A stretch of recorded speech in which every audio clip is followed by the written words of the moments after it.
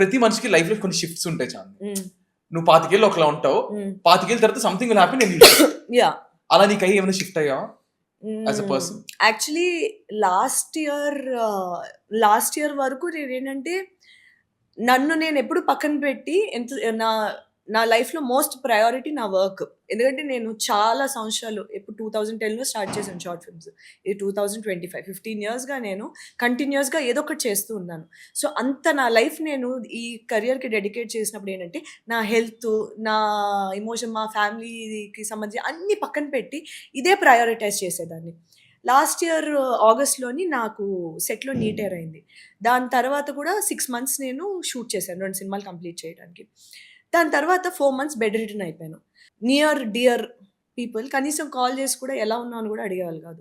Phone చేసి next ఏంటి అని అడిగే వాళ్ళే ఉన్నారు, కానీ రిలీజ్ ఉన్నప్పుడు ఫోన్లు చేసి అడిగేవాళ్ళే. కానీ బెడ్ మీద ఉండి కనీసం లెగలేని పరిస్థితిలో ఉన్నప్పుడు కనీసం ఫోన్ చేసి ఎలా ఉన్నావు అని కూడా అడిగేవాళ్ళు లేరు.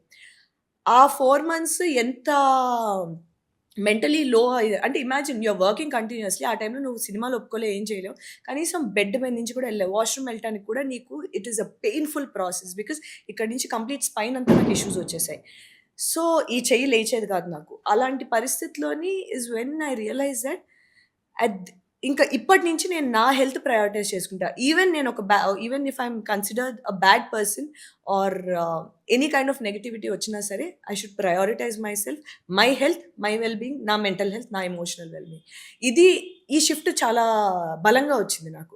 దీని తర్వాత నుంచి ఏంటంటే నేను ఇంకా నా హెల్త్ విషయంలో అసలు కాంప్రమైజ్ అవ్వకూడదు. ఎందుకంటే చాలాసార్లు హెల్త్ ఇష్యూస్ ఇవి అవి ఎందుకంటే ఓవర్ స్ట్రెస్, ఓవర్ వర్కింగ్ వల్ల వచ్చిన సందర్భంలో కూడా నన్ను నేను పక్కన పెట్టి చూసుకుందాలని అని చెప్పి ఇదే ప్రయారిటైజ్ చేసేదాన్ని. But after what happened in the beginning of this year, ఇంకా I have decided that my priority should be me. Because నాకు ఇది లేనప్పుడు నా లైఫ్ ఎలా ఉంటుందో నాకు కనిపించింది.